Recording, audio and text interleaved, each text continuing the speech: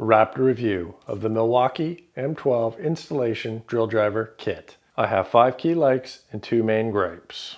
Like number 5, the battery light indicator. Great location, you notice it every time you use the drill. Like number 4, power. 300 pounds of torque in this little drill is impressive. A 3-inch hole saw through 3/4 inch plywood is about the max you'd want to use this tiny drill for. Like number 3, the grip. The D-style grip gives you extra feel and control. This is the best one I've ever had my hands on. Like number 2, bit storage. You know what's great?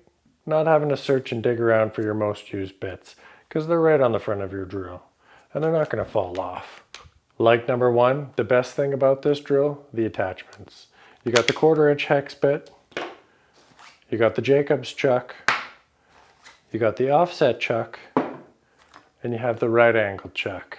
All the chucks are beautifully built, and they're super easy to clip on and off the drill, unlike some others that I've used. If you've never used a right angle or an offset chuck, you haven't really been living your best life. They make certain tasks not only possible, but easy, and I'll say enjoyable. 2 main gripes. Gripe number 2, the forward reverse button on the top of the drill. It's like a terrible update on your phone where you just wish things could go back to the way they were. The old standard trigger switch is intuitive and lightning quick.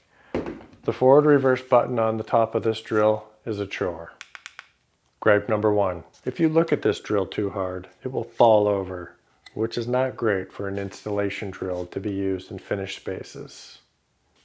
On a scale from 1 to 10, I give this Milwaukee M12 Installation Drill Driver Kit a solid 8.2. If you enjoyed the review, think about subscribing. All the tools that I review are tools that I use to make a living. I'm not going to be just opening up boxes and telling you what's inside. I'm pretty sure you can do that on your own.